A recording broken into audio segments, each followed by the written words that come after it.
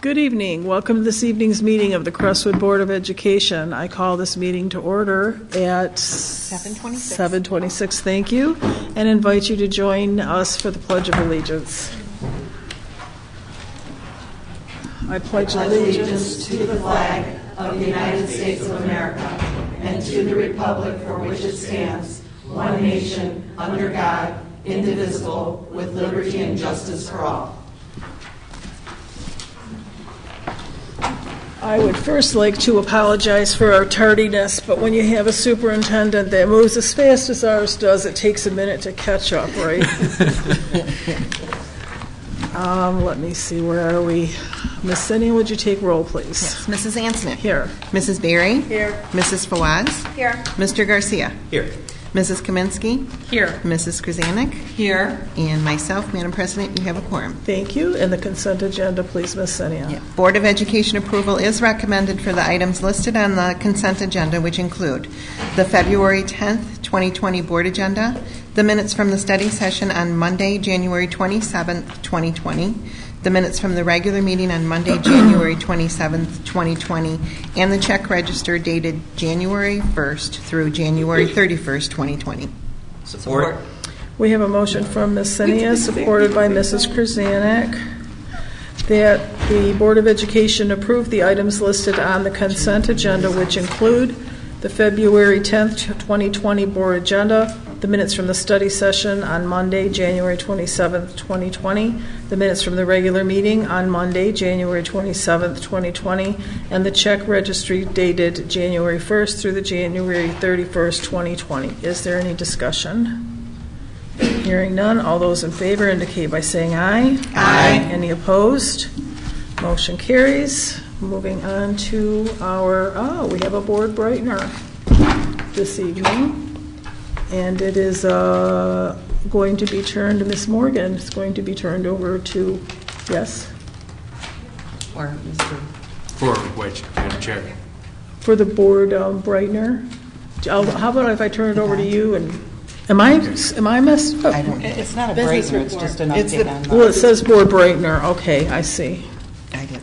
So I'm going to turn it over to you, sir. Take it away. So the board brightener is welcome, everyone. We're so happy you're here. So Yes. thank you. Yes. My apologies, Madam Chair. So we do have 3 board presentations this evening. Our first board presentation will be presented by our colleague from from Plant Moran, Mr. Ahmed Beasley.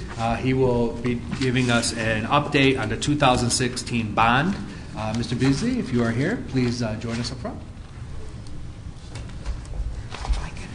So since beginning as superintendent, I have had the pleasure of jumping into our bond head first.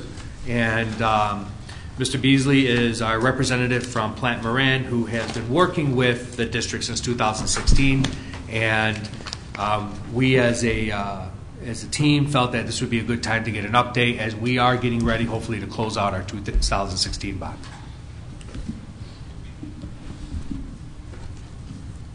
Good evening, Mr. Beasley. Good evening. Are you sporting? Are you sporting something new here? Yes, I'm in line with Mr. Garcia. I see. I see. Well, you wear it well. Thank you. As does he. Well, good evening, and thank you all for having me, Madam President, board members, superintendent, and administration. As the superintendent stated, I want to provide an update for you all on where we are with the bond. If I could get this clicker to work.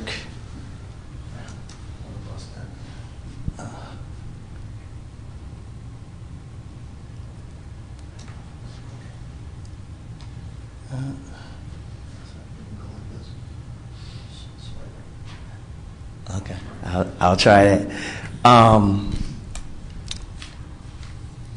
Is it not working? Oh, there we go.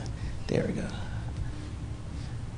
Okay, I'll start off with just the bond overview. I know there are quite a few members of the board here that weren't here when we started the program, so I just wanted to give a brief overview of where we began, how we started, how we kind of got in progress through the bond, then provide an update on the work itself, a status of the budget, where we are currently, closing out the projects that are currently on the books, and then just give a summary of the bond itself. So, without further ado, just to begin off, we were engaged by the board to provide a facility assessment. If many of you can probably remember, this is the facility assessment that we did quite some time ago, back in November of 14, and that particular facility assessment identified $50 million worth of critical needs that were in your facilities. So that presentation, the final presentation, was presented to the board back in April of 2015.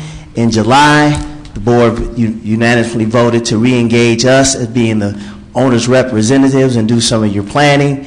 And over the next several months, there was meetings to prioritize the needs and set the bond application at $35 million, which was reviewed and approved by the Michigan Department of Treasury. Back in February 2016, the board voted to put the bond on the ballot, and that was back in May of 2016. And from March through April, I should say, there were meetings held, community meetings, board meetings, presentations held, information was distributed to the public. For that bond application, it was also posted on the website. So each and every line in that bond application for the work that was proposed to be done was listed in that bond application, was posted on the website. Back in May of 2016, the voters, thankfully, passed the bond, and that was the first bond that was passed since 1967. The bonds were sold in June of 2016, and from that point, the professional team was assembled through request for proposals based on it was a criteria-based selection program that we facilitated. The administration at that time approved of those criteria that was listed on the RFPs. The interviews were facilitated by myself. Some of the board members were invited and actually did attend some of those meetings. Just as a note, just going through that process itself, that request for proposal process, saved the district in excess of $450,000. A design prime approach was recommended by Plant Moran Crusser, and that was approved by the board as well, to do the site work and roofing. That process alone, not going through the traditional hiring an architect, going through a CM, just going straight to the roofing consultant and the civil engineering consultant, that process itself just saved the district to an excess of $250,000. The project team then commenced once we were assembled together in April, in October. We all got together and began the process of designing, planning, strategizing on how to implement the bond application. So with that being said, the progress to date, I'm not going to go through each and every one of these bullet points items, but just so you know, of the items that were listed on the bond application itself, pretty much at every school, over 95% of those items were completed. The bond application, for those who may not be completely aware, and not to offend anyone's intelligence, but the bond application was what we had to go by. That's what we told the voters, that's what we told the Department of Treasury, the work that we would do. Some of that work was not completely done, or it was prioritized, so it wasn't done, so that's why it's only 95%. Some of those items were the dollar amounts allotted to those items weren't enough to completely take care of those particular items on the bond application, so that money was allotted toward items that did need additional funds. So, but over and all, 95% of the bond application items were completed. So there's a list of quite a few items that they're done. All these items were again listed on the bond application. At Hillcrest, Highview, same thing. Approximately over 95% of those items that were listed on the bond application were done.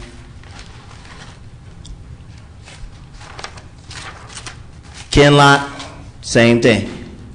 We've completed over 95% of those things that we told the Department of Treasury and we're listed on the ballot that we're going to be completed. We're done.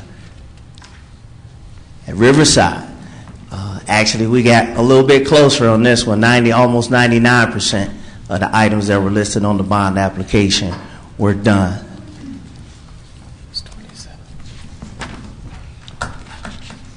At the high school, approximately Excuse me one second. Sure. Got a Go question. ahead. Go ahead.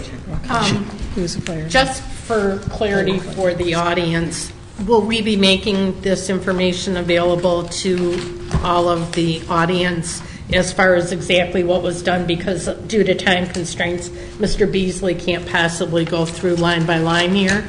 I just want to make sure this, so for everyone, this will be on the web, Yes. This will be on the Crestwood site, and this will be available to anyone who wants it. And then as you get to the end, I do have a few questions. Sure. That's no you. problem. Yes, Trustee Kaminsky, we'll put it on the page in the titled Bond Updates.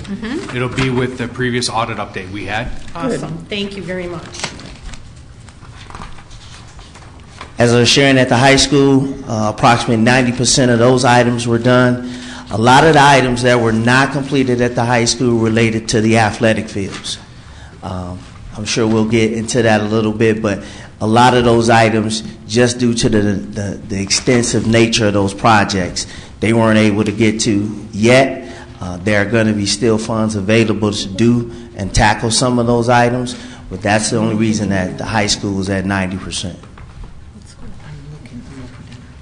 From a technology standpoint, approximately 99% of the bond items were done there. Again, there's a list here of all the items that were completed from a technology standpoint. Then just overall in highlights, from a district-wide standpoint, all schools got new windows, new exterior doors, the HVAC systems in every classroom, just about in every building was done. The entire district got new controls, which helps with your efficiency, helps keep down operation costs. Approximately 70% of the roofing in the district was done. Roofs were replaced.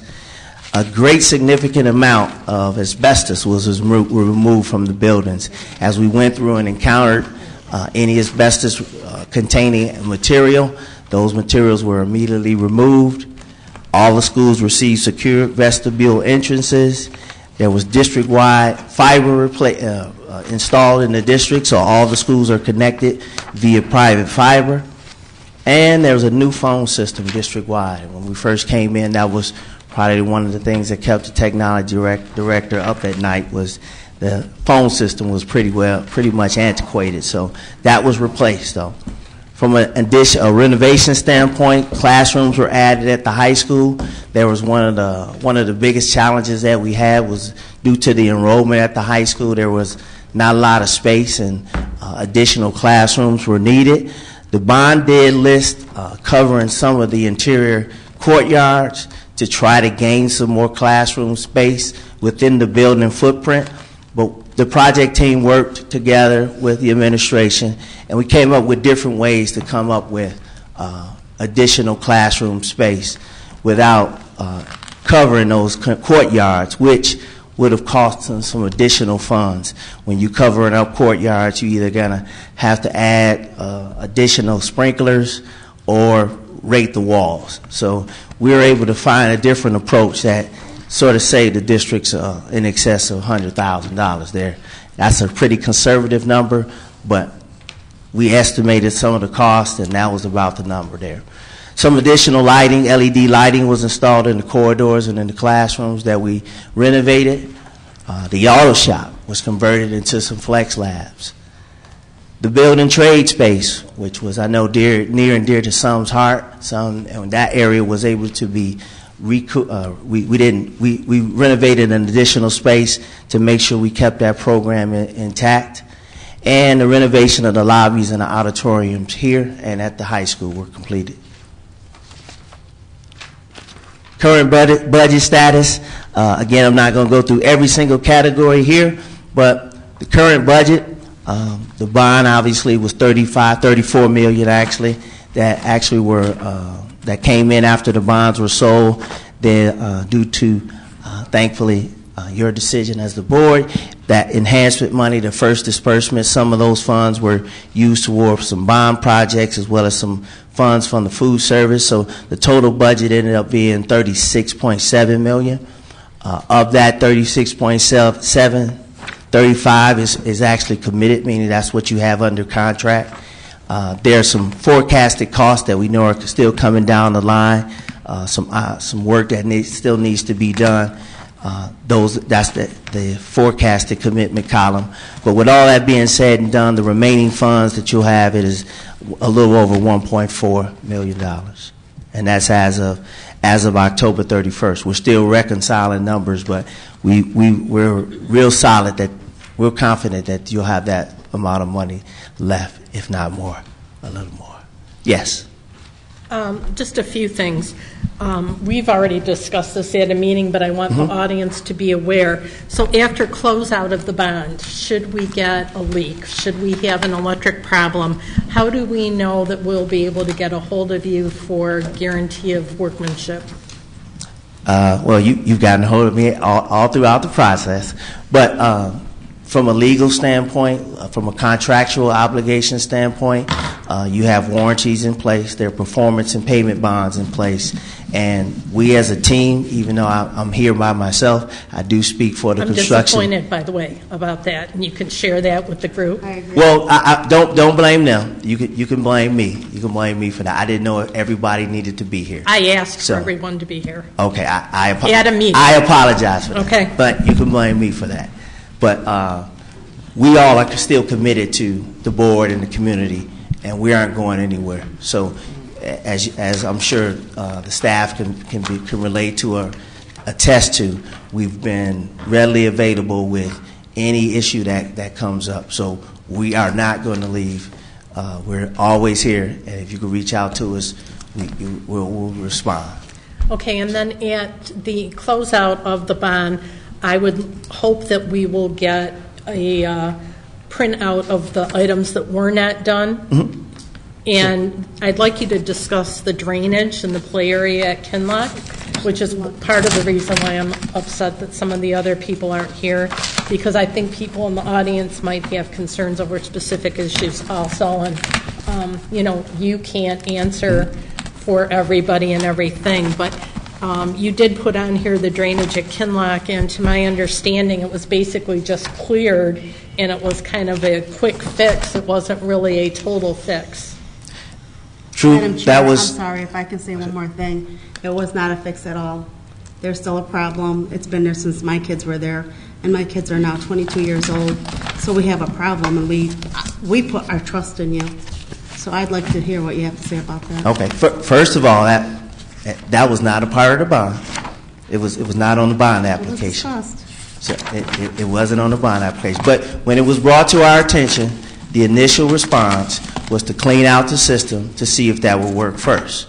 So, again, because it was not on the bond, we didn't want to allocate any more funds toward it to take away from items that were under contract and on the bond application that needed to be done. So, once the clearing was done, that obviously didn't work. So we need to employ the civil engineer, again, to go out there and look for a fix. Now we know how much money you have left because we had to complete those items first that were on the bond. We can address those issues. Madam Chair, if I can. If you'll give me 1 second. Am I reading this wrong, where it says Kinlock Elementary School completed, cleared out, and replaced drainage structures in play area? Yes, that is correct. That is part of the bond? That was not a part of the bond. Madam Chair. It says it's part of the bond. I'm confused. If I could. So what I'm seeing here, and I was involved in quite a few of the meetings, so the audience knows there was weekly Thursday meetings, and because of my availability, I was able to attend quite a few of them. I just find it interesting that the things that were not done on the bond are not put on here, but things that were out of scope or were not originally on the bond, you added in here to make it look better. So I'm just a little frustrated, and it wasn't completed, and we discussed that previously at a meeting. So Okay. I'm frustrated. I think we're all frustrated, and I'm sorry that you have to be the man standing there alone with the microphone. I'm not sorry.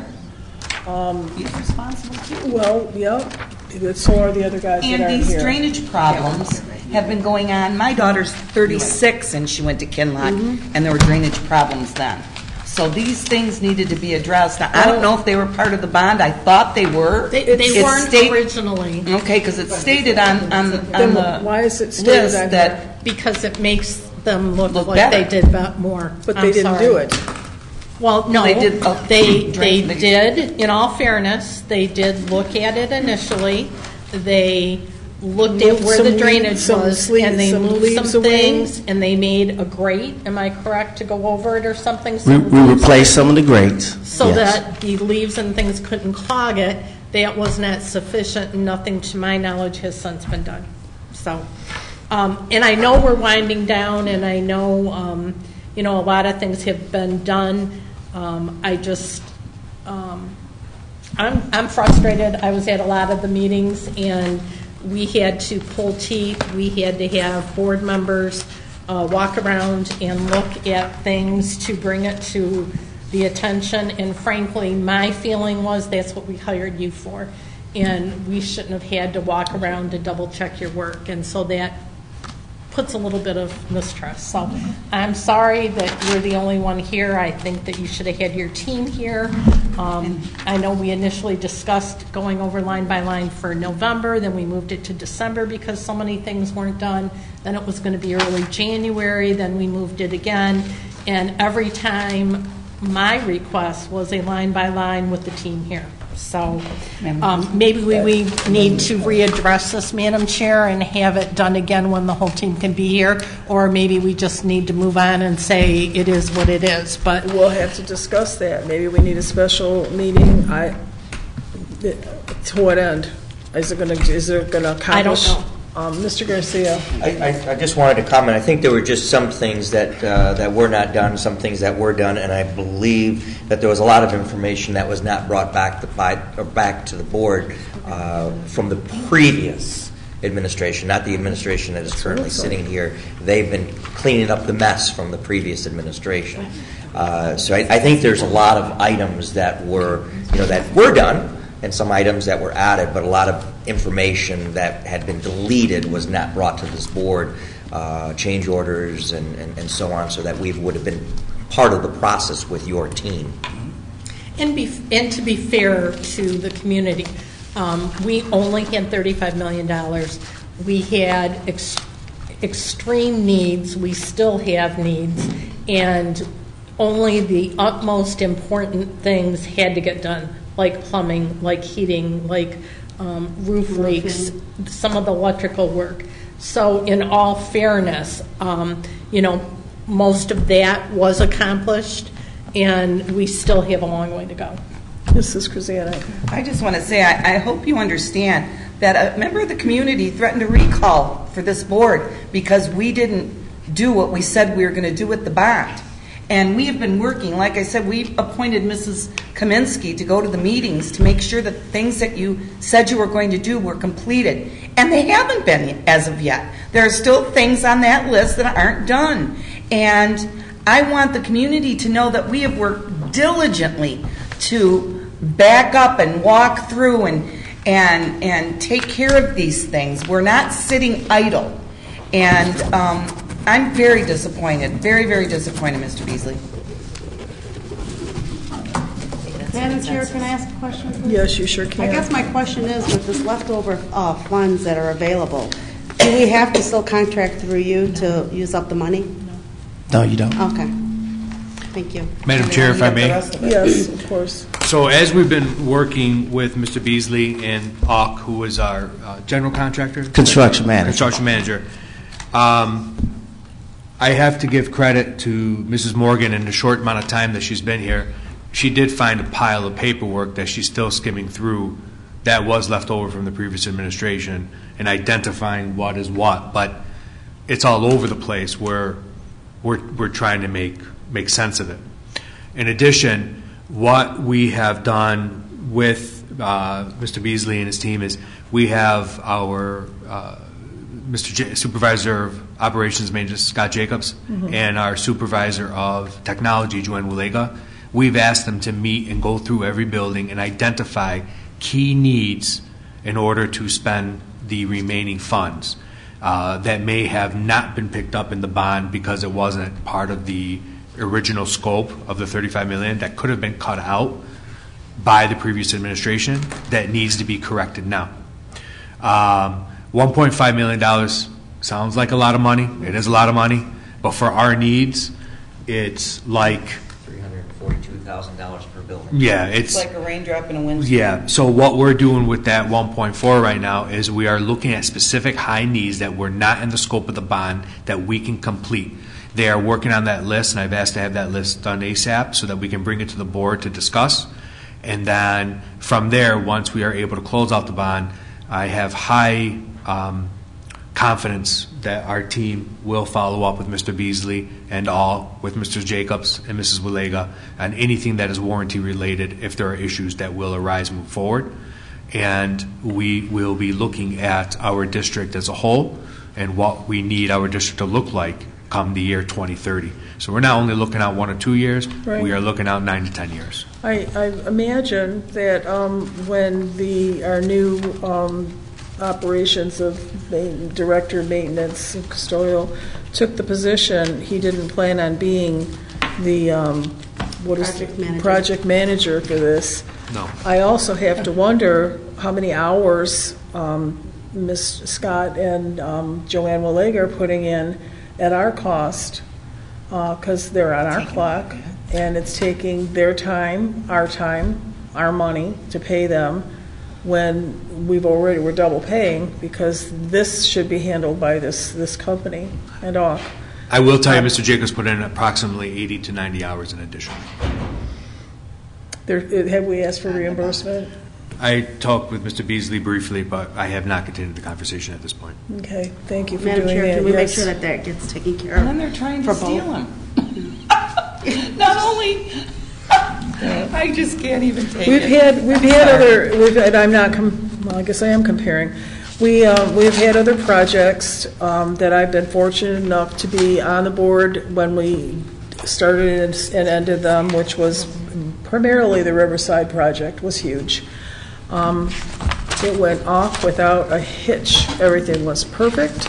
Any changes that were made came to the board. We approved it. Ed, you were on the board. Colleen was on the board. Well, if I was, you were.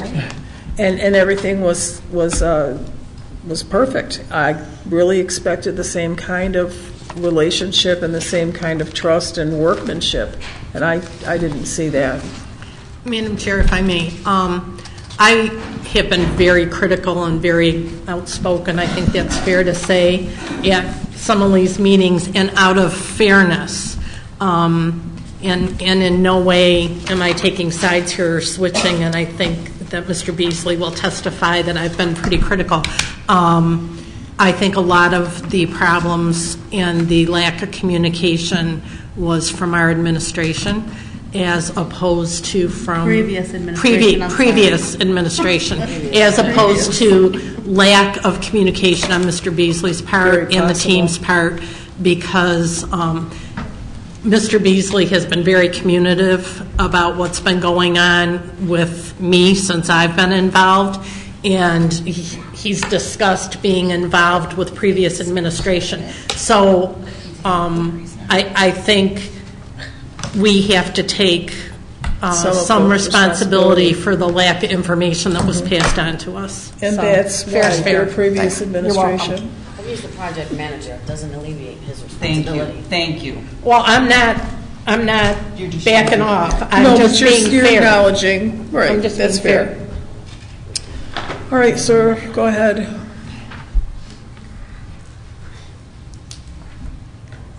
Closeout update, punch list and additional items that we've received throughout the course of the summer. Those items are expected to be completed by the end of this month. Closeout, which is your operation manuals, as-built, warranties.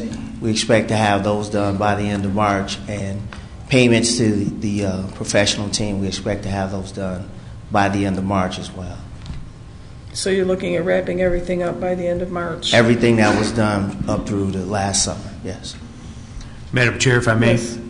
I wanted to mention too that we asked Mr. Beasley last month to give us a list of completed elements of the project up to this point, which he did, and we appreciate. And then Mr. Jacobs, Mrs. Waylega went through the schools with their maintenance and custodial teams, as well as their technical teams, as well as the principals, and they checked off to ensure that what was listed was completed. And if anything that was listed that wasn't completed, there was conversation and it was worked on. So I do have to give Mr. Beasley that credit there. And again, I keep mentioning Mr. Jacobs, Scott Jacobs, who you all know is our supervisor of custodial maintenance, and he really has taken this on with the bull by the horns. But they're working in tandem, and we're working. And Mitch from AUK and Ahmed have been communicative, but it's hopefully the goal is that we will have everything closed out and ready to go. Okay, very good. Any other questions or comments? No? Did you have more you wanted to say? That's all. Okay, thank you so much for being here. We would like to meet with you and your crew. Apparently that was the request originally. It was. Sure, if you want to go line by line from the bond application, we definitely could do that. We did something like that one time before, where we sat down and each of them presented. I think you were the MC, if you will. Yeah. Maybe we could set something like that up. Madam Chair? Yes. Can we have the operations manager here at that time so we can get his input? I think that's a good idea. Yes, ma'am. Yes, okay. We'll settle on a date. Sure. Okay, and then you can help with that, right? Yes. Okay. We will schedule. All right, thank you so much for your time. Thank you. Thank you. So, Madam Chair, there are two more presentations this evening. My apologies to everyone. We have some important items to discuss, and I will be presenting these next two items. All right. Have you done this before? I just hope I don't screw it up now. Oh, stop. So we're going to start with the... You know what? Yes, ma'am. I just had something brought up to me by a board member before Mr. Beasley leaves. Did he already hightail it? No, he's still Okay. Good idea to ask the public if they have any questions. Yes, Mr. Abdul Haq.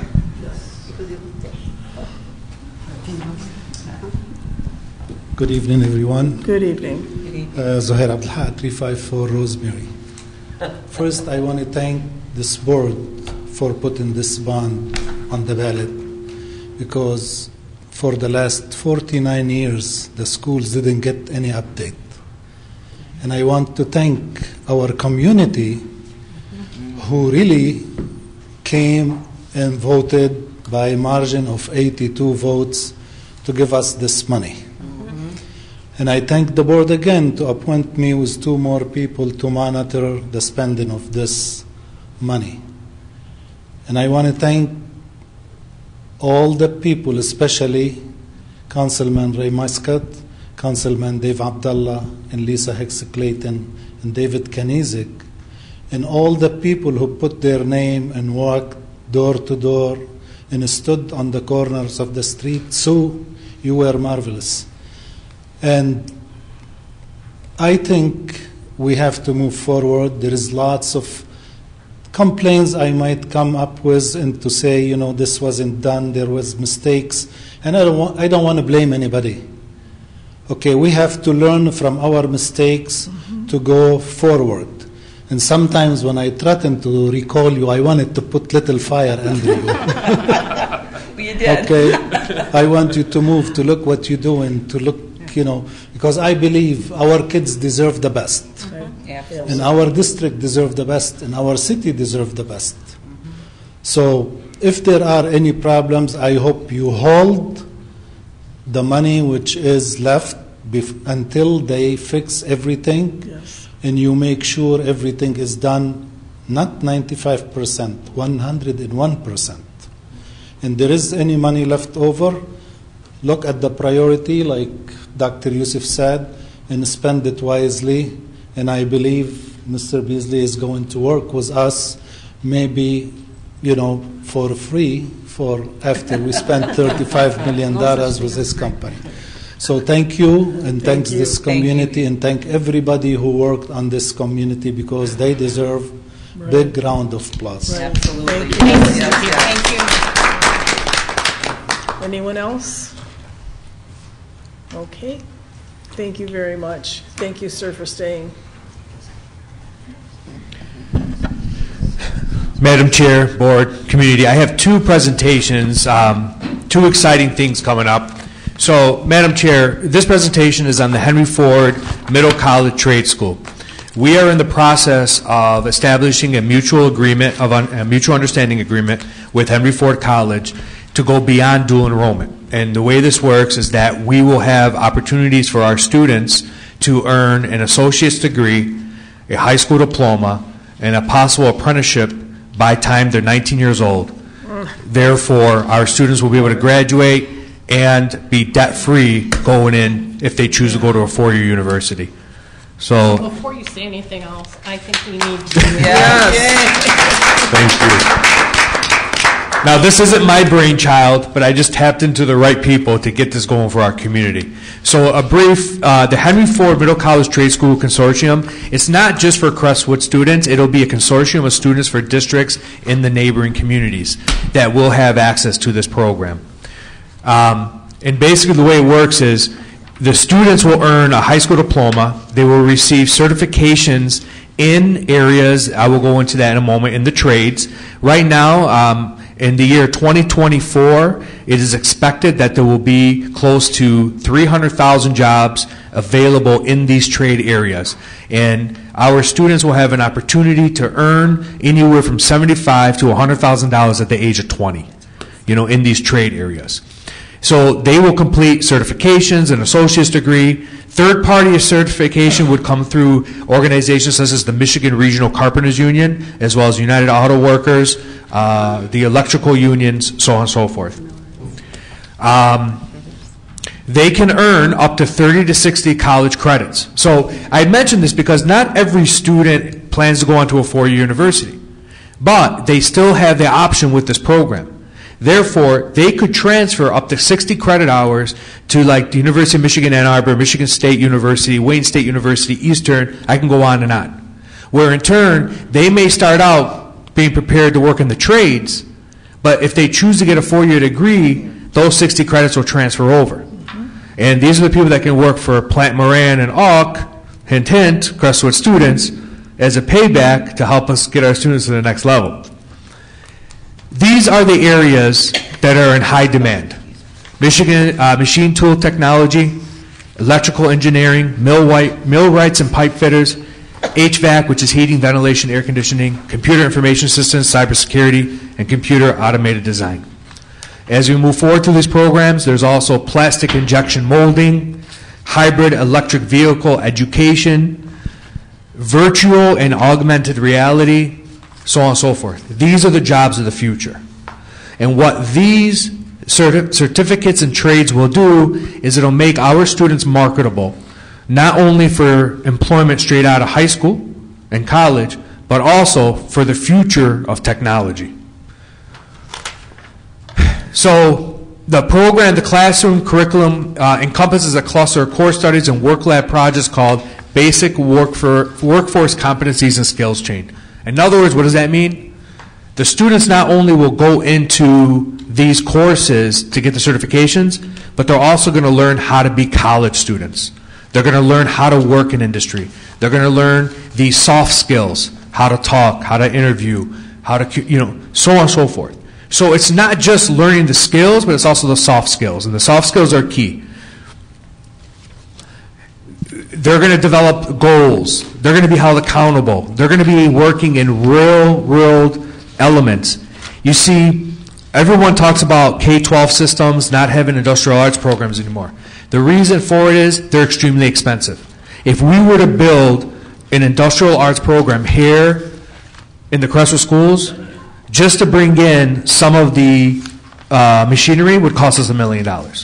Therefore, why would we spend that money when we can send them to Henry Ford College down the road for free to work on the same things? It's cost effective, and we still get out of the program what we're looking for.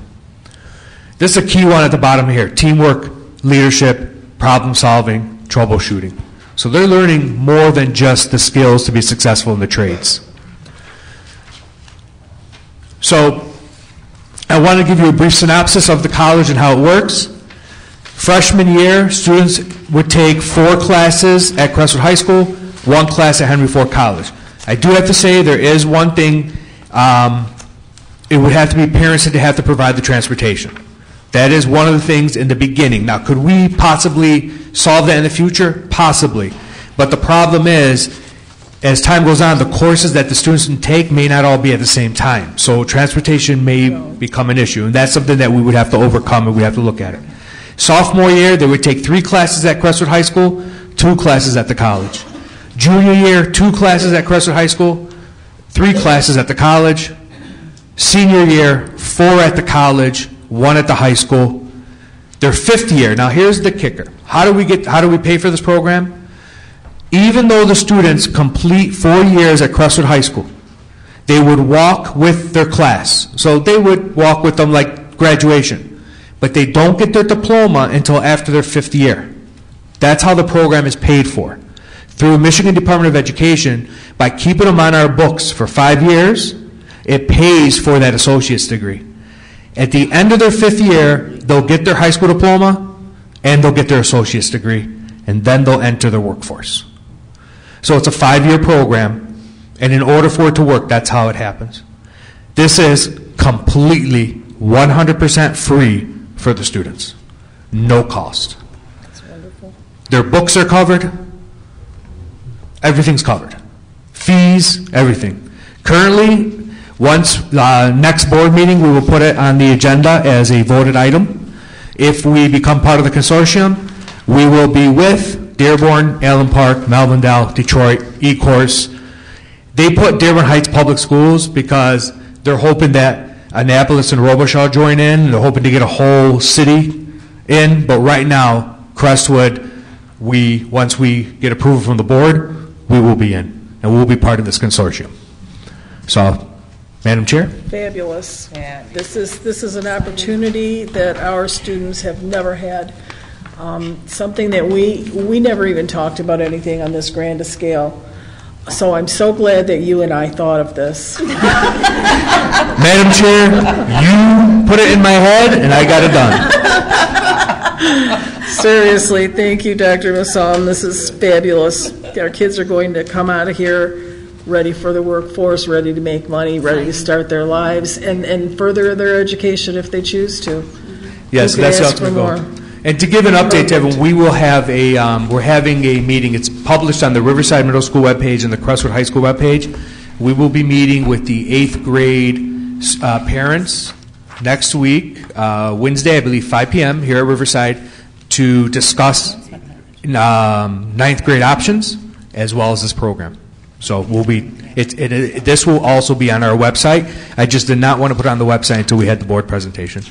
Madam Chair, I think there's a question from the audience. Yes. Go ahead, Suhair. You want to?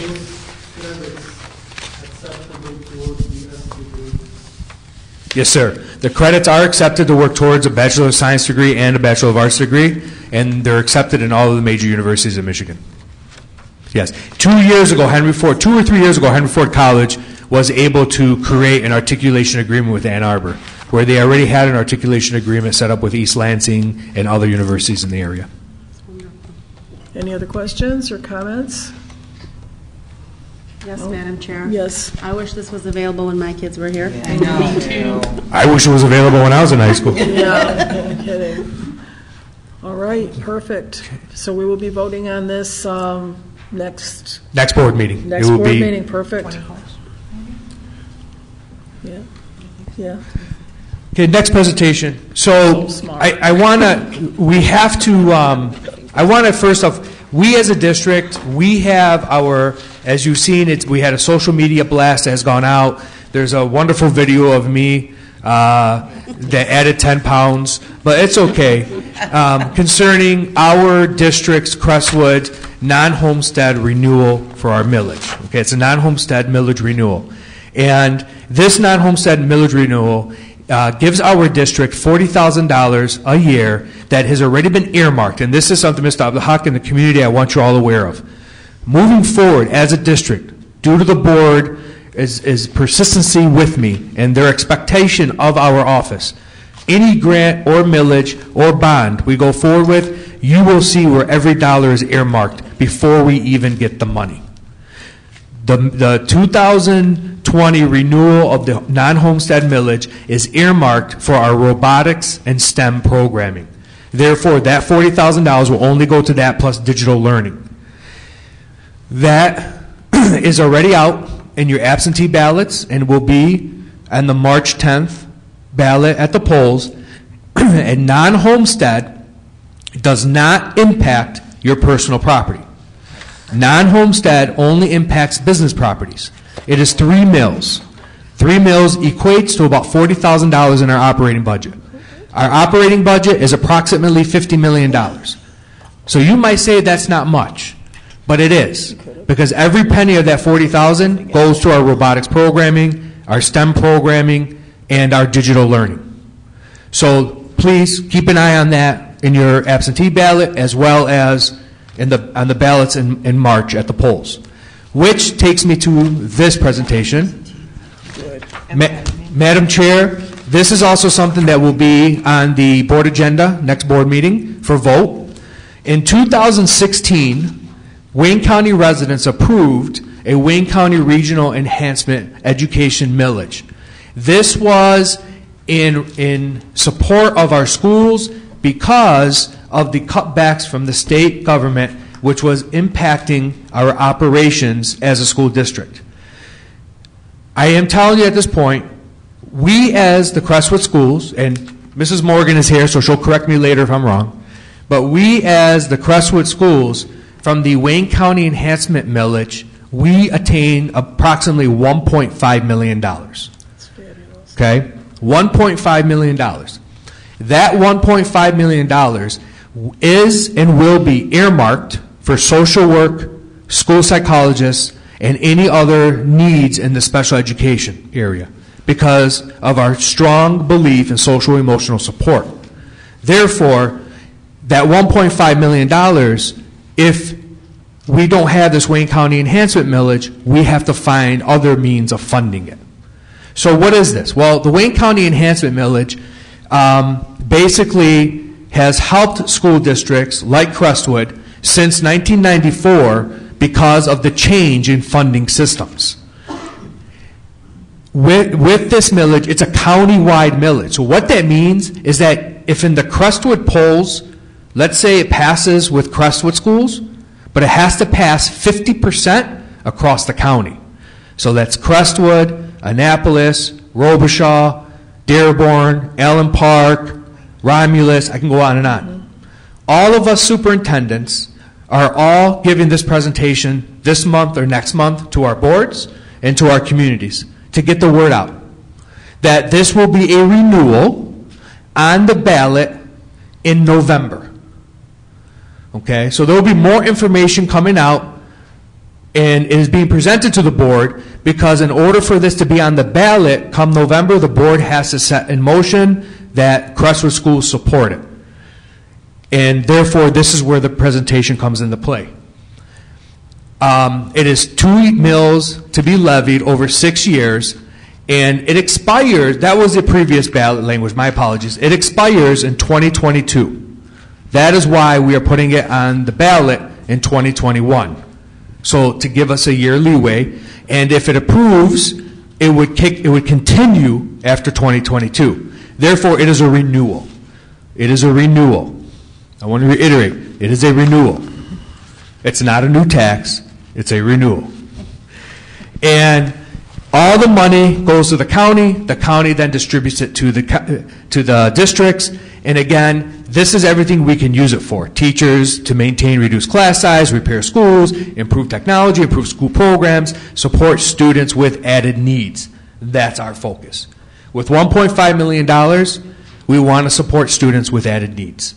And I, as a superintendent, have committed to supporting our special needs students with social and emotional growth. So, if we don't pass this millage, approximately each district will lose $360 per student. Okay? So if the millage is not renewed, we will lose approximately $360 a student. Okay? And then again, for us, it's approximately $1.5 million. So if we have to take $1.5 million and put in our general fund, that's $1.5 million that we lose from someplace else. It's just a trickle-down effect. Therefore, this will also be posted on our website after the next board meeting, if the board so pleases to vote on it next board meeting. And then the RESA page isn't working. They haven't updated their page yet, but it will be updated. So all this information will be available for everyone on their website. So, Madam Chair, I will be asking the board to review and in our conversations, I will be asking to put it on our agenda for next board meeting for a vote, yes or nay. Perfect. Thank you, Madam Chair. Thank you, sir. That was painless. Good job. Sometimes. Good job. All right, moving, yes. Dr. Youssef had mentioned something about our non-homestead millage renewal. And I think he mentioned, but absentee ballots are out. Yes. Yes. So you can call the clerk's office if you can, and you can request an application and get a ballot. From the information I received, I believe they started coming to homes on Friday and Saturday. I did get mine. You did? I did. So Down in Concord. they are there. Voted. She already knew because she works there. It was I already saw that received you in her office. voted. I said, I know this. And I just wanted to make it clear, as a school district, we are allowed to give you the facts and that it is available on the ballot. It is your choice on which way to vote, but thank you for your support. Thank you. All right, moving on to our business report. Miss Morgan. Hi. Good how are you? evening. Thank you. Good evening. So That's why you panicked when I said your name. I understand. For the board Breitner, you looked at me like, no. yeah, I wasn't sure what I was supposed to say. So yeah. All right, I apologize. Oh, that's good. We do have one action item that we'll be asking you to partake in, the contract award recommendation for the Crestwood High School fire alarm system. The attached award recommendation letter from AUK would request that we hire, where did it go? Metro Electric to do the high school. Mrs. Krasanik. I move that the Crestwood Board of Education accepts the firms listed in the George W. Ott Company's recommendation letter dated February 6, 2020, attachment 5A1, to replace the Crestwood High School fire alarm system. The total award recommendation for the project is $217,000. Support. We have a motion.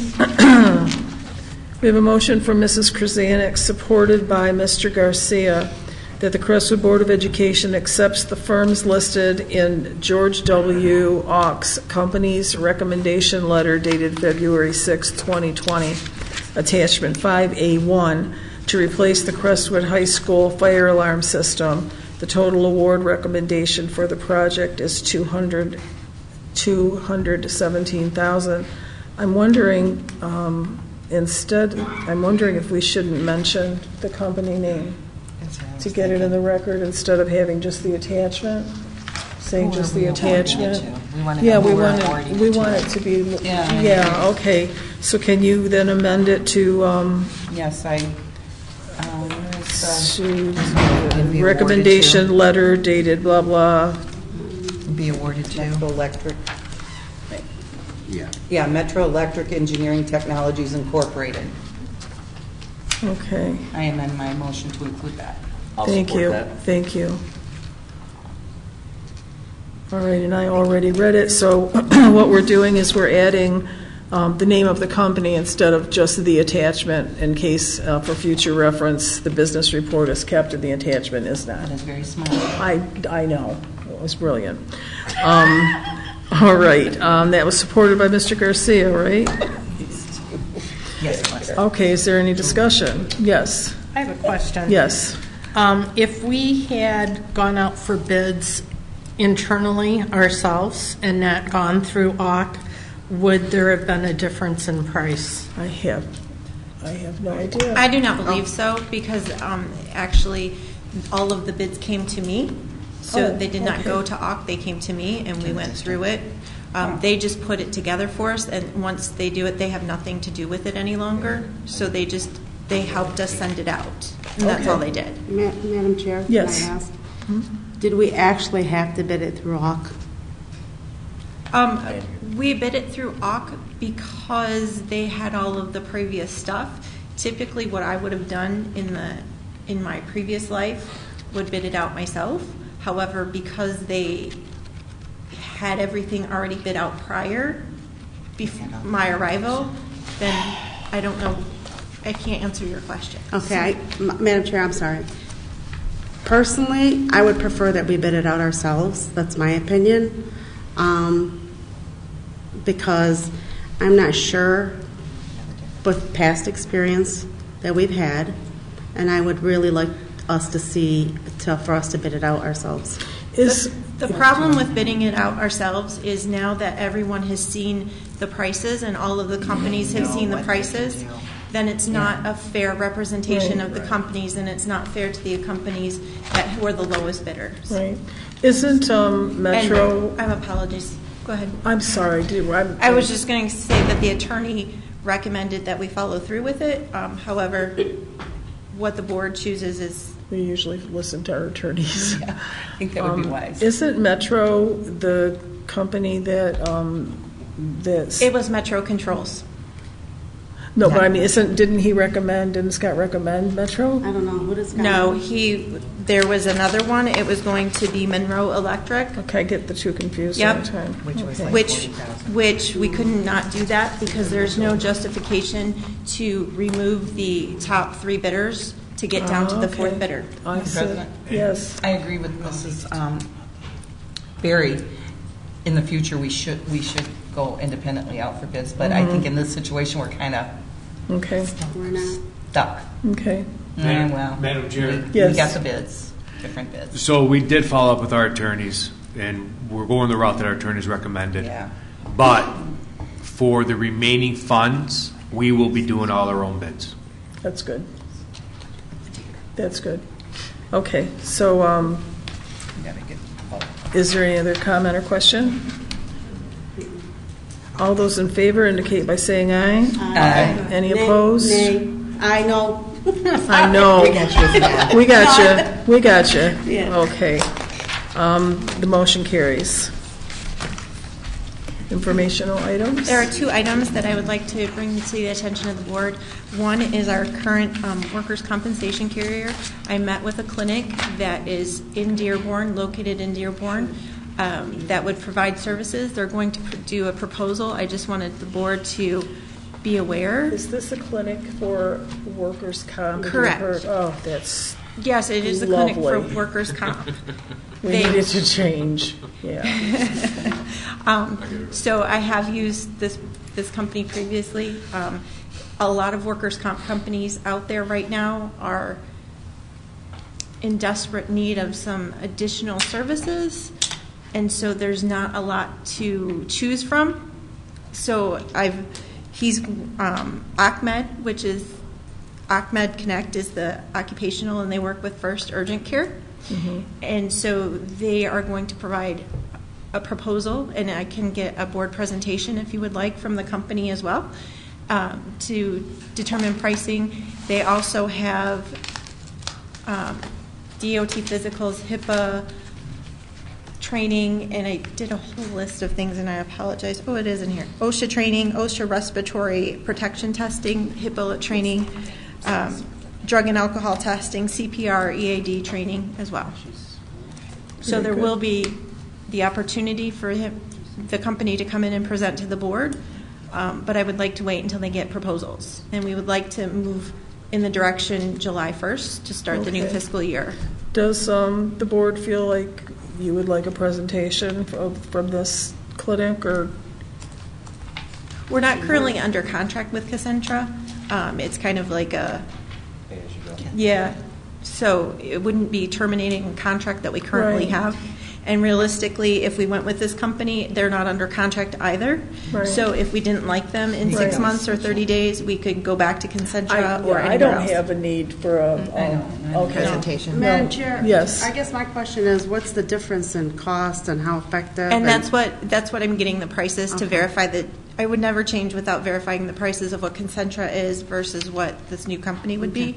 And so I just wanted to inform the board, and that way if you wanted to stay with Concentra or had feelings either way, then we wouldn't move forward.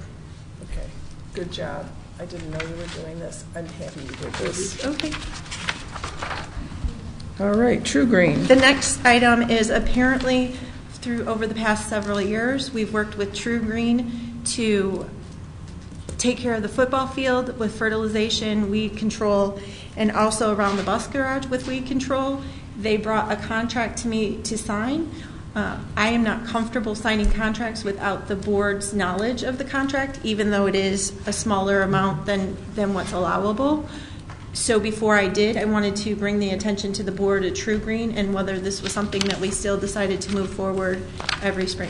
Yes, Mr. Garcia. I would just say this may be an opportunity for us to put an RFP together to see, what other, I mean, it's small, but maybe it might be something that we could do district-wide. Because I know we did at one time have weed control for each building. Right. Yeah. So district-wide? It was district-wide, yeah. I remember I can't tell you who the company was that sprayed, but we had the issue, I believe it was with dandelions in our buildings. Madam Chair, isn't there something in regards to that with playgrounds and students and chemicals? Yeah, I wouldn't know all the details, but I do know you have to be very careful on what you With spray. pesticides, correct. Yes. But I know that we did use it, and it was only in the front of the buildings. Still, anywhere there's student contact. Well, if they're Yeah, spraying the right. football field, there's got to be something in there that So, guards and if I may, student safety. yeah, if I may, so whomever we would send out a bid to, they would be aware that we're dealing with students and public safety, so on and so forth. The other piece about it too is when we spray, and then after we spray, we would have to send home a notice that it was sprayed and when it was sprayed and so on and so forth. So we would follow through on that and get all that information prior to even moving forward. Right. I'm just making the recommendation. This would be the entire board to see if that's something that they would choose to move forward on. My apologies, Madam President. No, but no, that I would be- understand. Why just the bus garage and the football fields? Why not the facilities? I honestly can't answer that question because I didn't know what they did prior.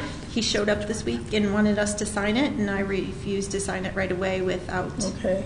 discussion. Did you talk to Mr. Jacobs at all about this? Actually, Mr. Jacobs had sent him over to my office, so which is fine.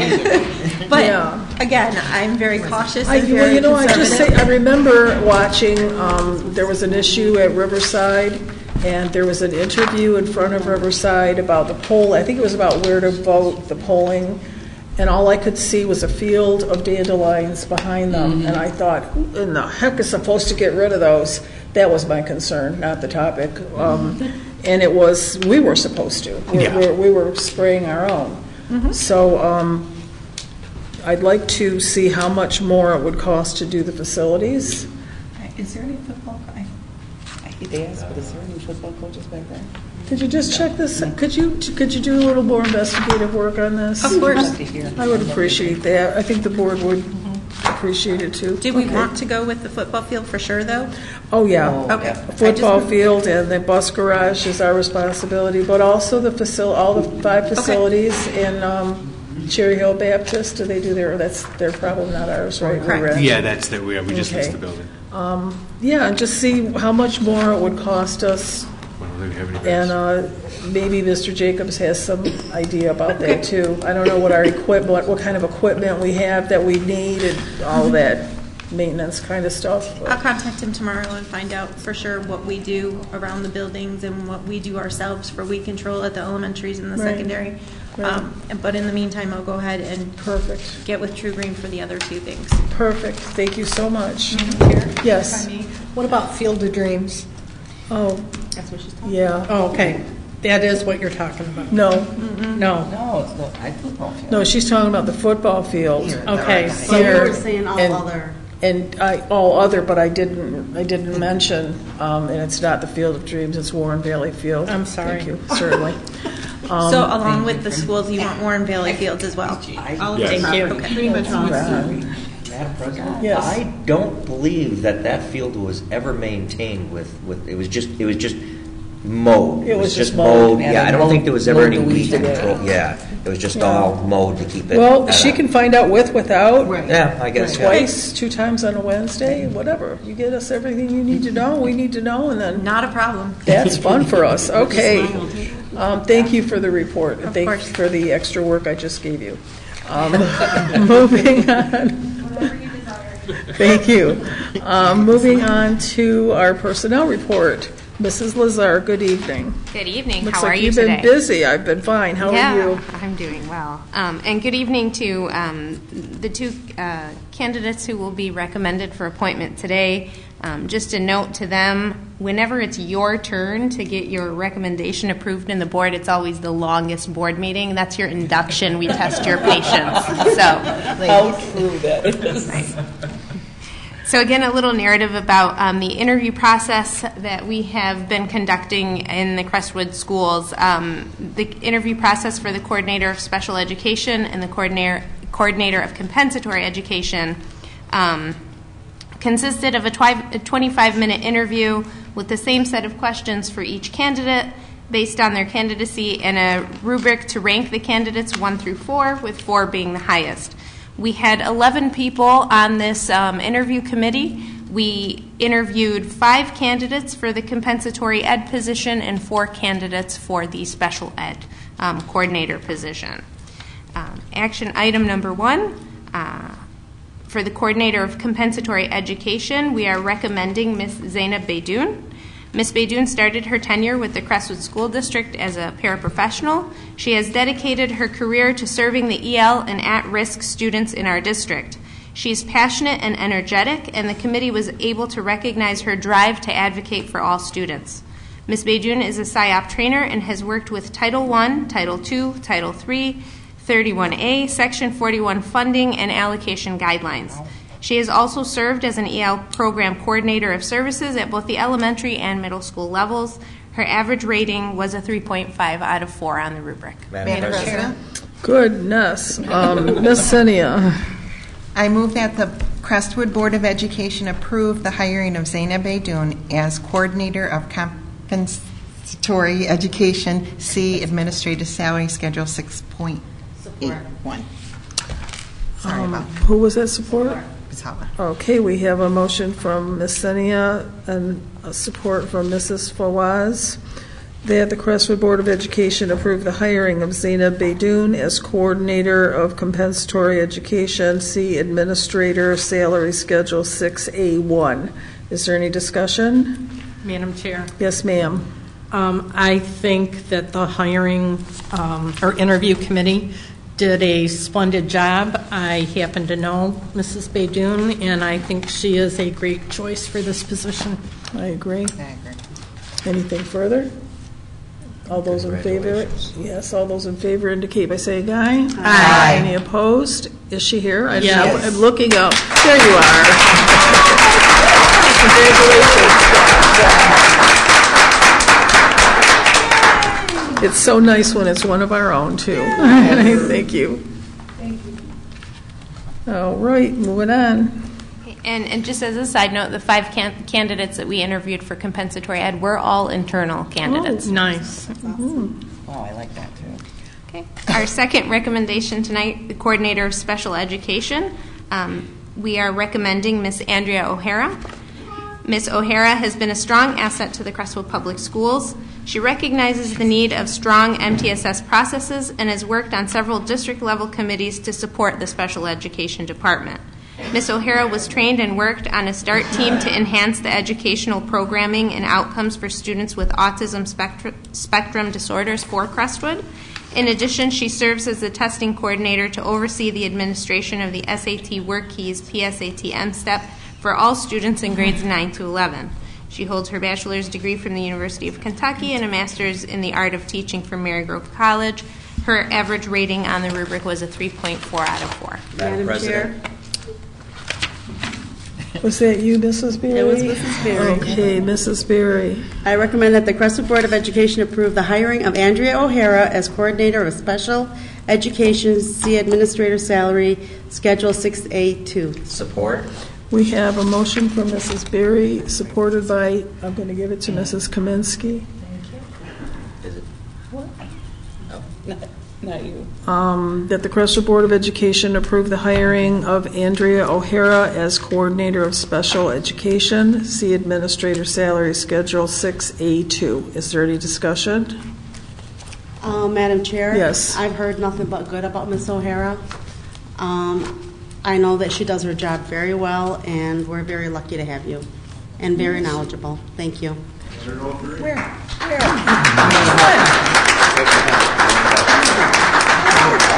University of Kentucky. All right, let's take a vote. All those in favor indicate by saying aye. Aye. Any opposed? Motion carries. Now we can clap.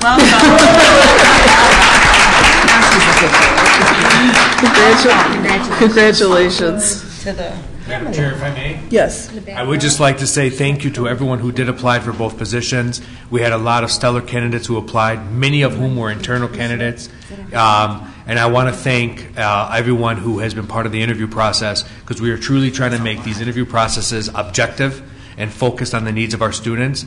And our goal in the Crestwood schools is to continue to promote and grow from within. So we're looking for future leaders as we continue to grow as a district. It's wonderful. Wonderful. And you have another. One more. Yep. Yes. We have one more action item for you today. It's a request for an unpaid leave of absence. Mrs. Kathleen Rutz, elementary Spanish teacher, is requesting an unpaid leave of absence from March 30th through April 3rd of 2020. Mr. Garcia. Madam President. Thank you.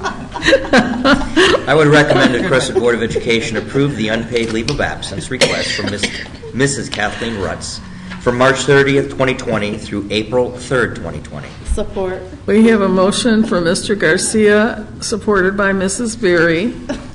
Crack myself right up. That the Crestwood Board of Education approve the unpaid leave of absence request for Mrs. Kathleen Rutz from March 30th, 2020 through April 3rd, 2020. Is there any discussion? Hearing none, all those in favor indicate by saying aye. Aye. Any opposed? Motion carries. For informational items, we are in the process of conducting interviews for the business operations specialist position, and we will continue that process and hopefully bring you a recommendation soon so that Trustee Garcia's accounts payable list is a little longer next time. Very good. Thank you. Moving on to compensatory education report. Nothing to report there. Okay, thank you. And that takes us to the superintendent's report. Dr. Masalam. Madam Chair, Board, I just have two action items on the superintendent's report and some informational items. Action item number 1 is excursion field trip request, Crestwood High School. Attached is an excursion field trip request from Kayla Kalbutz, Crestwood drama coach. Would like to take the students from the drama club to Chicago during spring break. The students would take part of workshops and experience theater in the city. The group would depart on April 7 and return on April 10, 2020. Madam President. Mr. Garcia. I would recommend the Crestwood Board of Education approve the excursion field trip request from Kayla Kolbush to take students from Crestwood High School Drama Club to Chicago on April 7th through April 10th, 2020. See attachment 8A1. Support. We have a motion from Mr. Garcia, supported by Mrs. Krasanik, that the Crestwood Board of Education approve the excursion field trip request from Kayla Kolbush to take students from the Crestwood High School Drama Club to Chicago on April 7th through April 10th, 2020, per attachment 8A1. Is there any discussion? Hearing none, all those in favor indicate by saying aye. Aye. Any opposed? Motion carries. Madam Chair, action item number 2, excursion field trip request, Crestwood High School. The Crestwood Board of Education approved the Crestwood High School band to travel to Florida March 26 through March 29, 2020. Due to the lack of participation, the trip has been canceled. Mr. Ridenauer is asking to take the band to Hershey Park in Ocean City, Maryland by charter bus. The trip would be more economical for members. The bus would depart Crestwood High School on May 16 at 1 p.m. and would return on May 19 late in the afternoon. Madam Chair. Mrs. Fawaz? I recommend that the Crestwood Board of Education approve the excursion field trip request from Matt Ridenauer to take Crestwood High School band students to Hershey Park in Ocean City, Maryland on May 16 through May 19, 2020.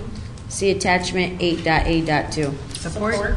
We have a motion from Mrs. Fawaz, supported by Ms. Sinia. Was it you? Yes. Okay. Okay. That the Crestwood Board of Education approved the excursion field trip request from Matt Ridenauer to take Crestwood High School band students to Hershey Park and Ocean City, Maryland on May 16th through May 19th, 2020 per attachment 8A2. Is there any discussion? Madam Chair? Yes. Chaperones, how many are in place, do we know, for each trip? I will verify it. I thought it was in there as well, but my apologies. I usually request that there's one chaperone per 5 students, but I will double check. Okay. Anything further? Madam Chair? Yes. I just think that it's nice that Mr. Ridenauer got this in a timely fashion. Yes, and it's nice that an alternative was set up. Yep. I agree. Anything else? Hearing none. All those in favor indicate by saying aye. Aye. Any opposed? Motion carries. Madam Chair, we have a couple informational items, Superintendent's Message. So first and foremost, I would like to say kindergarten enrollment is continuing. I want to give Mrs. Lazar and Mrs. Morgan, because I think since they've come on board, we're up about 100 students. So they must be recruiting students off of Ford Road and Warren. So thank you. No, but on a serious note, we are looking at. Mrs. Morgan gave me a report today that shows that we are up 100 students from October. We were at 4,039 students in October. We're over 4,100 at this point. So we're moving. Additionally, I believe we have close to 100 students already registered for next year in our kindergartens in the pre-enrollment. Kindergarten is still open. So we have one problem, though. We have to find space. So if anybody's willing to lease out their home, we might need to use your home for a classroom. We are 5-year-olds, or don't make that much. So, but yeah, we will need more space. Our district is growing, which is a good thing. It's a good problem to have when other districts are losing students. So we want to continue to grow. So I want to thank everyone for all their hard work. Student Count Day. This is very, very important. Very important. We will be sending out more information. You'll be hearing my voice over robocall. February 12th is Student Count Day. That is next Wednesday. Student Count Day is extremely important. Oh, it's this Wednesday. 2 days. My apologies. It is in 2 days. Okay, I'm already a week behind. So we'll be sending out more information, but Student Count Day is this Wednesday. It's very important. This is how we are funded as a district. Midwinter break will be Monday, February 17th, 2020. So please be safe and enjoy yourself. National Honor Society induction. I'm so excited for this. This is my first one as a superintendent. I can't wait. Been involved in it as a principal and as a central office administrator, but never as a superintendent. So National Honor Society induction is Wednesday, February 26th. I cannot speak anymore. 2020. It is at Crestwood High School auditorium at 7 p.m. So please come out and see our future leaders. A huge and fun fundraising event. Our tin can raffle is February 28th and February 29th, 2020. I know Mrs. Janoon's in the crowd. I know she's not the only one that does it, but I know she spearheaded a lot, so thank you, and for everyone that has supported you. Now, I do want to give a disclaimer, Madam Chair, that there will be a tin can raffle to go and have Mint 29 dinner with me, and they can bring one guest. And I better win. But I'm putting a disclaimer: only one steak is allowed per person. I see some individuals back there that can eat 2 tomahawks by themselves. We're going to Fleming. So, no.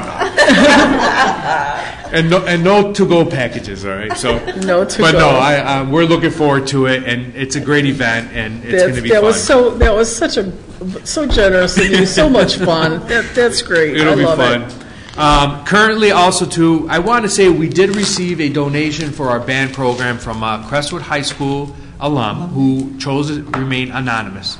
And his donation is allowing and supporting these field trips that have been mentioned.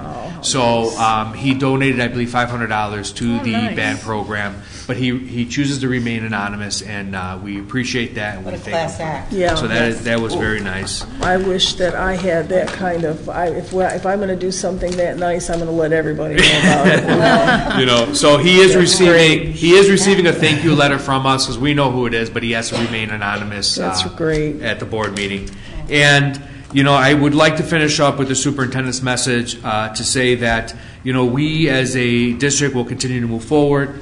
Please remember, check your absentee ballots for the non-homestead millage renewal. Again, it is a renewal, and it is not on personal property. It is on business property. And it will be on the ballot on March 10th. So we look forward to that, and we sent out information on it. So please, we just look for it. It's on the ballot. It's there. And we are making a commitment that anything that we ask the community for will be earmarked, and you will see your dollars in action. Mm-hmm. And we have nothing to hide. That's It'll be right. 110% transparency. So I want to thank you. Thank you. I would like to, usually I start out with the board, but I would like to first make a comment and extend heartfelt sympathy on behalf of the board to Councilperson Lisa Hicks Clayton in the loss of her son, Damon Hicks. I'm sure by now everyone's heard about this. Damon was only 28 years old. He was a veteran. He was in the Army, was in Afghanistan, and most recently he was an E-Course firefighter. I didn't attend the funeral, but from what I have heard, it was a showing of love for him from fire departments around the area. It's a horrible loss. And I'm looking at that's one of okay. his things, because he was a hockey player, too. And to Lisa, there's times that in political worlds that you don't always agree on things, but one thing we know is that we're all in it for the right reason. Lisa's done a lot for the community and a lot for the people, and the people have shown their respect for her. Our hearts go out to your entire family. Our prayers are with you, and God be with you all. So, yes. Marissa was Damon's sister, and she also is a Crestwood student currently. Oh, okay. All right. Yeah, So with that, her Marissa is her sister who was a Crestwood student. He is Damon's currently sister. Damon's She's sister. She's currently here. So questions and comments from board members? Oh, I do, don't I? Anyone from the audience would like to? Yes. Good evening. Would you take the podium and state your name, please? Good evening. Good evening, everybody. My name is Ahmad Al-Ziyad. I have three daughters that go through the Crestwood School District. I had two still going there now. I'm not sure if you guys are familiar with what happened 2 weeks ago at the wrestling tournament. Well aware. Well aware, but this has been an ongoing problem. Her lack of, I don't know if you want me to state her name, but we all know who it is. Let's not use names, but we know what you're talking about. It's been an ongoing problem. I watched my daughter go through 4 years of basketball at school, at Crestwood. Mm-hmm. I've seen refs disrespect our coaches, never addressed. I was before this incident last week, 3 weeks ago, I sat in the stands and I listened to the other opposing team's parents belittle our kids, where when it's done to our kids, or if our kids or our parents are the aggressors, they're asked to leave. She don't spend enough time in the gym during events. I know during basketball, because my kids play basketball. I coach football at Fortson, but I attend all my daughter's big games. So during the basketball games, I can only attest to what I've seen and noticed. We need to, whether it be her or anybody else, start holding these people accountable. we do understand we got to look at the big picture. What triggered our reaction or the parents' reaction, that's what we should have looked at. What triggered it? For a young kid to be, a 15-year-old kid to be told, F off, or you deserve this after a double overtime match is not appropriate. No. And for him and his family to be disciplined, for me as a coach, I always stick up for my players. And I'd expect that from my athletic director and from a coach. And when we're not getting that, and the fans and the parents are forced to do that, then we don't look too good on ourselves. Right. So that's my biggest complaint. I can tell you that this is the situation's being thoroughly investigated, and I can also tell you it's a whole new day. Our site now, our focus is the kids. Our focus is unity. We're Chargers. Chargers come first. Without a doubt. And there will be some changes made. I was at the Crestwood Garden City game the other day, and as I was walking out, I told the two Dearborn Heights cops, don't go too far because these parents are getting rowdy. No one's saying nothing to them. And if I turned around and said something to them, it's going to break out in a riot. So I told the Dearborn Heights cops, I go, stay close by, because they're getting out of hand. But that's where the athletic director.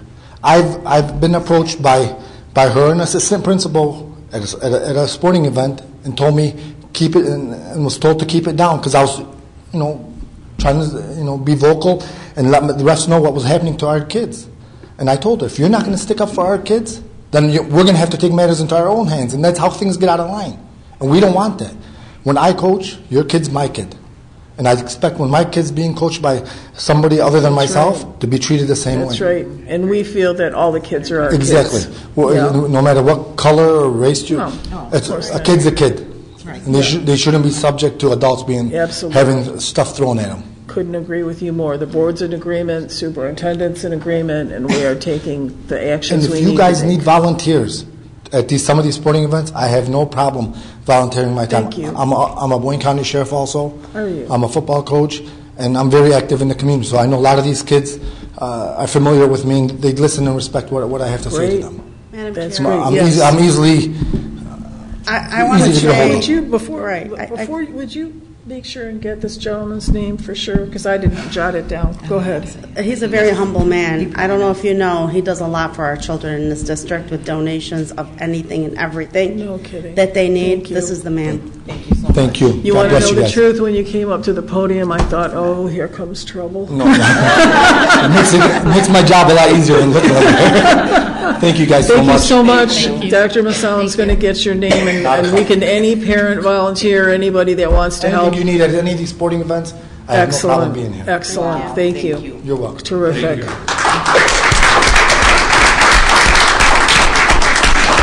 Someone I wouldn't want to mess with, No.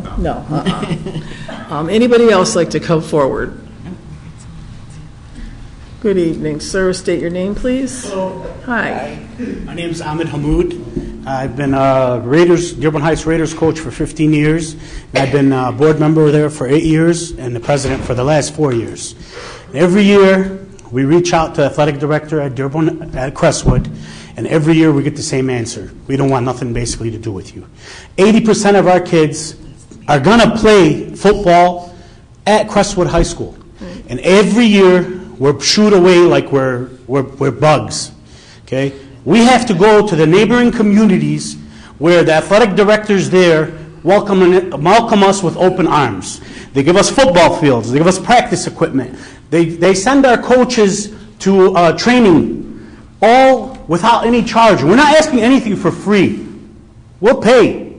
But when we finally got a price, it was $3,500 to play one football game at the Crestwood field from the athletic director there. $3,500 compared to what we pay at Dearborn and Fortson High School, which I really got to say thank you to the Dearborn Public Schools and the athletic directors there, because they have taken us in as if we are part of their community, not part of the Dearborn Heights community. We cannot get nothing from the athletic director at Crestwood. We even got the last game at Crestwood, the homecoming game. The varsity football coach called me personally and invited all our children, He said, let them wear their jerseys, and they're coming for free. And at halftime, we bring them on the sidelines with to take pictures on the sideline. When we got there, the athletic director told us, who gave you guys permission? You guys can't come here. Me and a couple of my other coaches had to argue with her for a good 15 minutes, and we even got to the point where we'll pay it out of our pockets. We're not going to charge the kids. They came with us. The parents sent them with us. This is the battle we've had every year with her, and every year we get the same thing. Oh, we don't want you guys here. Finally, we got a new principal there who Miss Berry actually introduced me to, and he wanted to do everything for us. He gave me his number on Saturday, told me, right, whatever it takes to get you guys here, we want a game. We want you guys to have a football game here, one game here as your home field every year. I said, okay, let's make it happen. Tuesday, I called him. He had a whole different tone, and he was like, well, the athletic director doesn't want you guys here. I go, why not? He goes, it's above my head. It's time to get an athletic director that's going to care about the kids that are coming up to your school. Okay, these kids deserve to be treated as part of the community, not as outsiders. Okay, she fundraises at the games for downriver schools. When's the last time has she fundraised at this game for any of our kids? I've never seen her fundraise or try to collect for kids in our community. But she's going to fundraise for a downriver school? Fine, I have no problem. But let's fundraise for our kids too. Thank you for your time. You are heard, and it is, as I said, it is definitely being checked into. Everything Thank you very brought much. up. I appreciate your time. Thank you, sir. Madam Chair, if I may. 1 sec. Yes, Madam sir. Chair, if I may. I made a commitment prior to coming on as superintendent in my interview process, and I will stick to that commitment, that our athletic programs, our art programs, our music programs, all of our programs will be community and city-based. I, as your superintendent, at the direction of the Board of Education, support you and will make sure that our children that are going to come to Crestwood schools have pride in being a Charger, no matter what it is that they're going to do, and we will look into this, and we will look into how we can build these bridges and these relationships, because when I have a young man or a young woman who is looking at Crestwood High School at the age of 5 or 6, no matter what they do, I want them to say, I can't wait to enter that school. Yes. And we have to start young. So thank you for the information. You know what? I called on this 2 years ago, and I said, why can't our little league football players play on our field? She told me it was above her head, and that she had no choice. Same thing. And I said, whose head are we looking for then? And I believe she said Brian April. Right. Now, I'm not positive, but I did address it. I thought it was terrible because my little brother, who graduated in 1980 from Crestwood, had a completely, didn't lose a game the whole season. He played Little League football here. And they played, I don't remember exact, I think they played at that field that's off of Ann Arbor Trail. What's that called? Parkland Park. Yeah. And I thought that was ridiculous too. Play at Crestwood. That's where you're. So I did address that. She gave me that it wasn't her deal. And I just want you to know, ongoing, we have complained, but we get shut down and told it was above her head. What the problem was is there was a matrix made, and that matrix wasn't inclusive into all of the kids in the. It was if you went to Crestwood, you paid this much. If you went here, then you paid that much. It wasn't done well. I know, it's all about the money. But that's going to change. Yeah, it's got to change because those are our kids that are going to go to Crestwood. They should be able to play on Crestwood fields. Yes. I agree with this gentleman 110%. Yes. Madam Chair? Yes. Not only should we have them play on our field, that's how we will retain them. That's how we're losing a lot of our top-notch athletic players, is because we are allowing them to go on to these other fields. And so guess what happens? I personally have a first cousin. His son played at Dearborn High. Do you have a cousin? His son played at Dearborn High. He didn't want to come here. Yeah. He bought a house overnight just so his son can play at Well, Dearborn that's Heights. going to change. I hope so. It's going to change. Madam Chair, if I may, Yes, ma'am. Sure.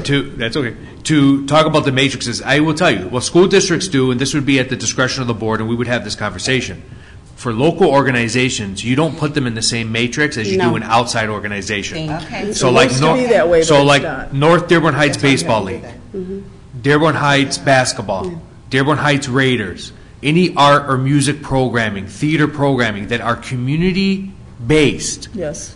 should not be in the same matrix as an outside organization coming We in. need to sit down and redo Yes. the entire thing because it's selective. The way it's written up can be misinterpreted. And I even went to the superintendent on that. Yeah, this nice lady has been standing I'm here the sorry, whole Ms. Dean. time. Go ahead. Go ahead. You guys are used to me anyway. I just want to say that, my son's played soccer for 4 years in the district, and tomorrow's a big day for him. And I personally, when you want to bring people there that are going to, that have supported your child, that have done things, I can't say that Crestwood School District has done anything for him to get to where he is right now.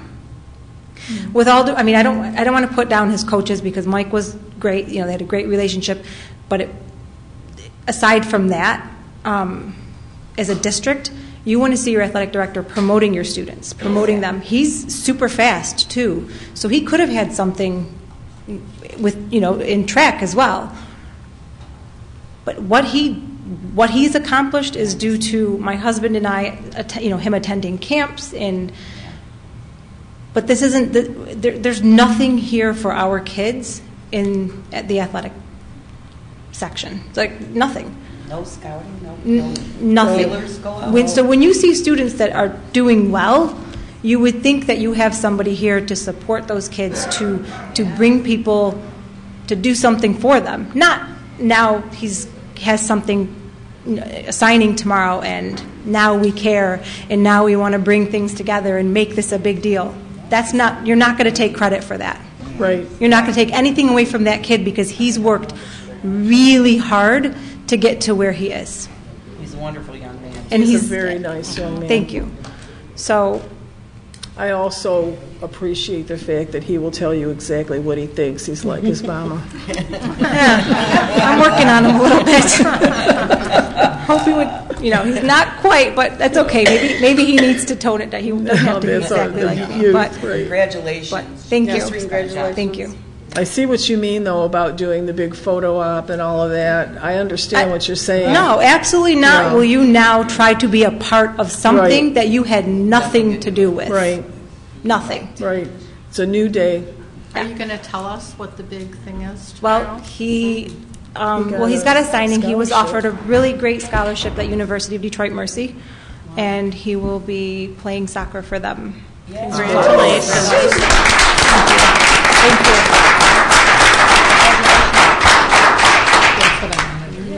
Hello.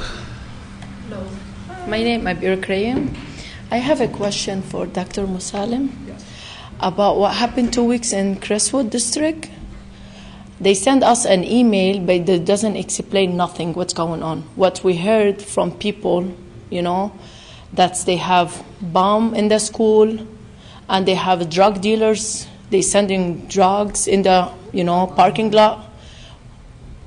Just There was a letter that you got? no, we got an email, but an email. Just the kids, they're safe to empty the parking lot, but we don't. Okay. Yeah, Okay. we don't know what's going on. Yeah, I know what you're talking about. Yeah, so in these situations, Mr. Chairman, thank you for asking. We have actually another letter coming out this week that it doesn't specifically discuss this, but it discusses exactly what you talk about with rumors and hearsay, because we're trying to get the community to understand if you hear something, call us and we'll tell you. There was a threat that we 99% felt was not credible. So when it occurred, I was on site the entire time. I went to the school, I stayed at the school, and I assisted the administration with the process. What happened was we did receive a threat over email. It wasn't credible, but we took precautions. Of course. And the threat, after full investigation, it was shown it wasn't credible. And with the support of the Dearborn Heights Police, as well as the FBI, We were able to trace the IP address, which ensured that it wasn't credible. What happened was they had to shut down the parking lot because the threat said that there was a bomb in one of the cars. The problem was we were about to release the students because we knew it wasn't credible. The problem was that we couldn't find the student for the car. So in any threat situation, what ends up happening is when the police or a federal bureau come into play, they take control of the scene. Dearborn Heights Police felt that it would be important to shut down the parking lot, and we were hoping that it wouldn't be more than a 20, 30-minute delay. It took a little bit longer. We learned some things from that process, and we're adjusting some of our protocols from what we learned. But I will tell you, and I assure you, first off, when there are threats, I will be there, and as I was. Mm-hmm. And secondly, I will never put any of our students in harm's way. And as we assess it, we have a protocol that we go through. So when the email was sent out to all the parents, that so on and so forth, and there was a robocall, we don't give the specifics because there's still an active investigation to ensure and to track it down. But I will tell you, and it's any student, any threat that we find that is real or fake, we prosecute. Of course. Yeah. Yes. And, we're dealing with that.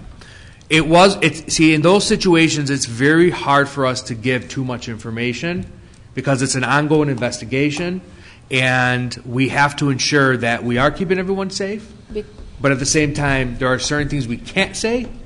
Because they mentioned Riverside too when they called us. They said Riverside they have bomb too. No, the phone call was that there was a threat that went through Riverside about Crestwood.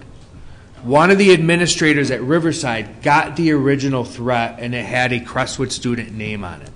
That's where the misunderstanding was. And again, we learned some things from what we did that we're correcting for next time. Okay. So, but I appreciate your question. Thank you. Yes, always ask. Okay, thank you. And if I may, Madam Chair, and if I may add, in the letters that you're going to receive, it says in there, we have to work as a community. Mm-hmm. We have to stop rumors. We have to stop hearsay. Yeah, this is why, because I came here, I don't want to call the school and all this. No, feel free to call the school. Okay. Call anyone you'd like. Babies in there. Yeah. You hear something, see something, say something. That's if right. you're hearing rumors, call the school. Say, I'm hearing this. Is it true? Okay. And what you'll see is that every school will have something to say to everyone, so it's the same message. Right. Okay. Thank you. Anytime you call. Is there anyone else? Yes, sir. You'll have to state your name again, sir. Everybody knows you. 354 Rosemary. I'm coming over for coffee. I believe when we ask people to give us money for bonds, for anything for the schools, these people expect us to give their children what's worth that money, whether it is facilities, education, security, all kind of things. And I do agree with the gentleman who spoke. Those properties, the fields, belong to the taxpayers. Their children should be able to play and use these facilities at the minimum cost possible. And if there is any administrator or any employee who doesn't put our children before anything, they should Hit the door. That's simple right. And easy.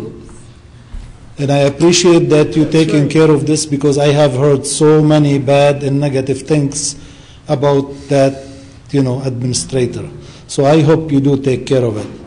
And finally, I would like to ask all our residents, especially the parents of the students, please come out and vote on March 10 for this bond.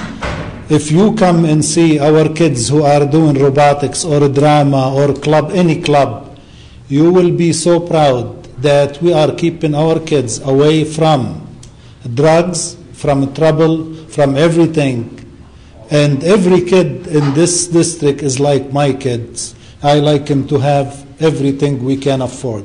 So $50 a year for property which is rented is not much, because if this district is really improving drastically, then the property of every person who is leasing or having business in the city is going to go up. That's right. And I'm so happy that we have 100 students more coming to our district, which telling me that people are coming here because of the schools before anything. So please vote on March 10 for this bond. It's not much. You enjoyed the increase of your properties. Please let the kids enjoy those clubs. Thank you. Thank you, sir. Yeah. Very nice. Yes, ma'am. That's all right. All right, it's about the sports. All right. So I've been in Crestwood since 2000, and I've always had my kids in sports. So when football started up, I put my kids with Coach Ahmed. Always discipline. The reason why you guys have the Crestwood football team is because of the Raiders. Now, when they go into the playoffs or when they're doing their first game, they're always having a hard time with the Crestwood. They would never let them play on their fields. They'd always have to go to Dearborn and outside fields. We didn't find that as parents fair because these kids are Crestwood kids. So that's one. So I'm hoping that gets fixed, and I know you addressed that. Second one is my daughter and my son were both had the opportunity to do the Wayne County Accelerated program through Dearborn. They are Crestwood kids, but Crestwood did not offer that. So I moved them to the HFEC program. Now, my daughter has been playing softball all her life. So when I came to Crestwood and I asked them, can she play for Crestwood while going to HFEC, they said no. So I hope, That's not correct. I hope that gets addressed too. Please, before we go, please give us your name and phone number. Well, she's super senior this year, so it's... If I may respond to that, just so other parents know. Please. If you are a resident of the Crestwood schools and you attend the Henry Ford Early College, you can partake in athletic events in the Crestwood schools because it is your home district. Right. You just have to announce your commitment by a certain date based on the sport. So I always say... No, I talked with the sports director directly. No, I have the actual... I have emails going back and forth between me and her. Can you please give us your name so we can I follow will. up our conversation? I will. We had a young man who wanted to play tennis for us, and he is playing tennis for us now because he committed before the deadline date. That's recently. That was probably my first week on the job, I believe. Madam Chair? Yes. I've been talking with her since my daughter was in 9th grade with the HFEC. No, I'm sorry that Going this back occurred. and Did you want forth. I apologize. I apologize as a superintendent. No, that this I occurred for your understand family. stepped into this. But still, it's our district. I know, but as in for the Raiders not being able to play on the Crestwood fields, Yes. I do hope that gets taken care of. I give you my 110% commitment that will be solved immediately. And please leave your name and number so that, yes, yes. Dr. Masalam, does that apply to private schools also? No. Okay. No, private schools, and this is a conversation that I have to have with our partners. Okay. Private schools cannot be part of our athletic event, our athletic programs under MHSAA rules. We can support them, but they can't be part of our competitive events. Okay. Thank you. Very good. Is there anyone else that would like to address the board this evening? Ready? No? Okay, comments or questions from board members? Anybody? I just want to thank the audience for their support and for being here and for supporting us. Thank you to everyone for your feedback, and we are really listening to what you have to say. Yes, we are. Thank you. Yes. Did you want to say something? Yeah, but I'll let my... I just want to say I really thank the people that came out tonight, and it shows, excuse me, the dedication that you have for your children, and we heard everything you said, and trust me, changes will be made. And the former administration, it was just blocked off. We were told no. I questioned, and we were told no. You know, and I'm so glad we have a superintendent that's listening to the parents, listening to the community, and acting accordingly. And it's changing everything. That's why our numbers are going up. So we've got Yusuf now, and I was instrumental in getting him here. Oh, I'm sorry, I didn't mean that. Yes, I did.